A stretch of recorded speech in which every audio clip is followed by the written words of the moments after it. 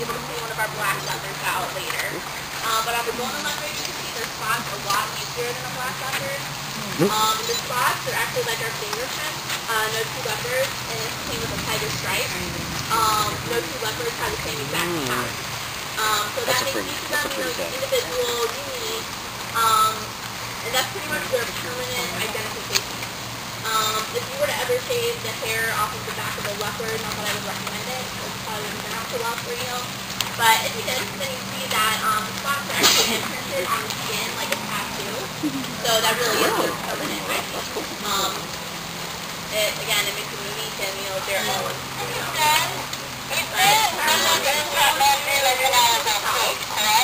and one of his favorite things to do is to lay up in that right there, and he can actually jump from the ground up without any help. Leopards, they're very good climbers. The cat has a long tail that you can remain that they're a good climber. Question in the back here. Go ahead. How old is the cat? He's older. We don't know exactly the exact ages of all of them, but I think he's going to be about higher teens. Yeah, when we got the cat, there weren't solid records telling us the exact ages of them. So a lot of the cats, the veterinarian had to estimate to have them services. And then they just trained into that. Some of our animals, they were former circus entertainers. I don't really know how they stopped, performing in the circus. I think they just got too old, or they decided one day they didn't even want to perform anymore, so they started being uncooperative. So the circus doesn't want them anymore. So they just usually get rid of them like that. There are a lot of places that they, start with the baby cat, and then hey, you can just do with the tiger. And once the tiger gets to be, 8 months, 9 months, that's when they just get rid of it because it's no longer money. Yeah, there's places that do that let you touch the animal. What they don't tell you is that once you touch it, that animal can never go back out in the wild because it has that human scent on it, and it can never properly take care of it. And in order to be able to touch a cat like that, they do start off as little pugs or kittens, but they have to be a certain weight in order for you to touch it. So a lot of times what these owners of these cats do is starve them so that they stay that weight. And they can still make money off them. I know, it's very sickening even to hear that. And a lot of people don't even realize that, when you go to the circus when you're a kid, or disease or anything, they look all happy, everything looks okay. It's just the behind the scenes stuff. And I know, I found out a lot more about that than I ever knew since I got here. And that's just one of the things we're trying to do to, help protect these cats that are in captivity, to keep them safe, and then protect the ones that are out in the wild and keep them out in the wild. Because that's really where they should be. But the ones that are here, we try to keep them happy. They seem, pretty satisfied. Again, we never want them to get bored or anything. So, we have an enrichment program where we'll give them nice little treats and little things that they can play with. Like these toys you see inside here, like the cube or the ball over here, they actually do play with them, like house cats, they just have a bigger version of their toys. But if they get a new toy, they are so excited usually. Like one of our other leopards, she loves her yellow Tampa hat. She will roll around on the ground with it, get in the mud, put her head through it, she loves it. She's obsessed with it. But, that's just something to keep them active and, keep them entertained so they, don't get tired of the same old daily routine. So he's just going to stand there and play for you. Okay. Before this white bed got put up, he was actually the first thing to our guest saw when they came out because he would sit up in that tree. And as people came down the road, they would see him, watching him. So he was kind of like the watchguard, and he would tell all the other cats when, people were coming, so they all knew. So that's still, one of his favorite things to do is sitting up there. But he does have an overhang on his cage, so he would never be able to jump out or anything. Most of the cages, they do have tops like that, especially if the cat is a climber, if they have that long tail, or if they're a jumper, then we definitely don't want them to be trying to get out or anything. But we've actually never had a cat escape at all since the big cat got started. So we're going to walk this way through the rain, which I'm still hoping it's going to stop. It looks like there's not a cat inside. There really is, but they don't really want to come out and visit, just like people. So if they don't feel like visiting, we don't make them. They're good. The only cat. That's it. Come on. Let's go. And other times like, what do you think? Like getting out of the water. Oh yeah. Oh yeah. They have They have it. One time she's not in my game. I think she's smart. She has a grading. Yeah, look. I know. That's interesting. As soon as we reach, Oh, probably. Well, it's alright. We'll let her be.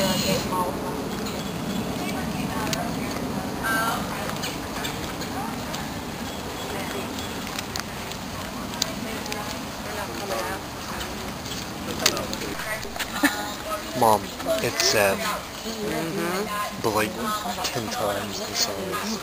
see, I tried to wipe it off earlier, and that didn't want to get there. It's when they melt down who puts it where. So we're not actually in there with the top. And this guy right here, this is Saber. And he's a black leopard. One that can come up here. Yeah, it comes out in the camera a little bit.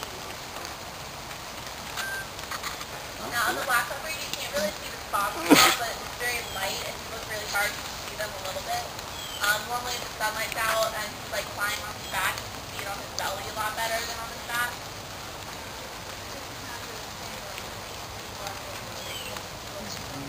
I don't think so, no. We have 3 black leopards on property. We have Saber, and then Jumanji, yeah. And then we have a female black leopard, Bagheera. But on his stomach, you can see the spots a little better than on his backside.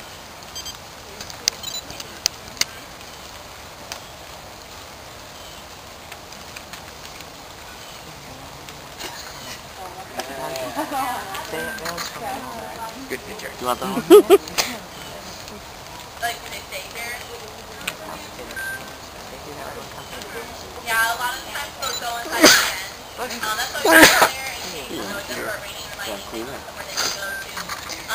That's why I took allergy pills before. They would, they would find cover. Unless a storm, like a hurricane, got so severe, they usually stay here. These changes can outstand Category 4 hurricane. Yeah, so we've never had to use them for weather reasons. The way the cages are built, it's kind of like a rubber band effect. It's much better Top this of way. them, if a tree ever fell down on it, it wouldn't break through the cage, it would extend it, and then it would bounce back up. So kind of like elastic, so the cats would never be in danger of a So tree. sometimes it's safer than our houses.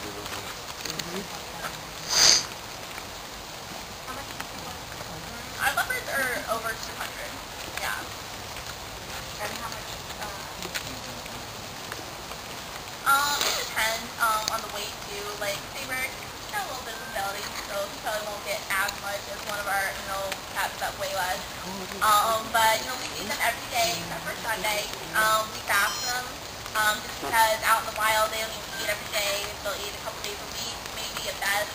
And cats are very good at hiding their ailments. So if a cat is sick, we fast them on Sunday, they're not going to want to eat on Monday.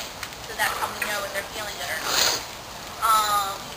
But we give them a variety, like the bigger cats, we'll give them like raw meat, chicken quarters, we have whole tray knives where we give them like a whole animal, but it's dead, it's not alive. We never give them live animals. What? Just because they don't really know how to hunt them properly, and we don't want them to torture some poor animal while they're trying to figure it out.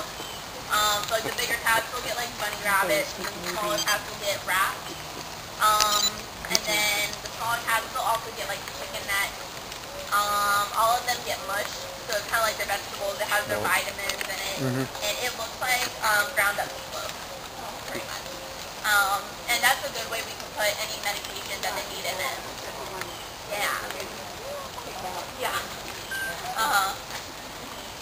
But if we're deworming them, the way the medication is, it's like powder, so the volunteers will actually put that inside the meat and just ground it up so they can't really smell it, and then they'll eat it.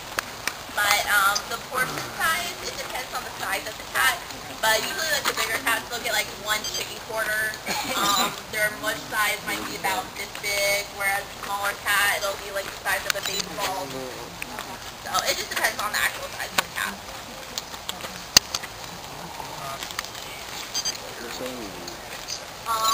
Yeah, you can see the spots on the leg. Mm-hmm. And we get all of our money through Squirt, through all of you, and then donations. My camera's finally working good for once. Mine batteries are about to die. I brought 3 batteries. You use regular batteries? Double A. How many? 2. I have 1. That's right, I forgot to put the other one in the Bag. Of course you did. Mm-hmm. Yeah, so it takes a lot. But you all are helping by being out. I wonder if that's why the green photos keep coming out fuzzy.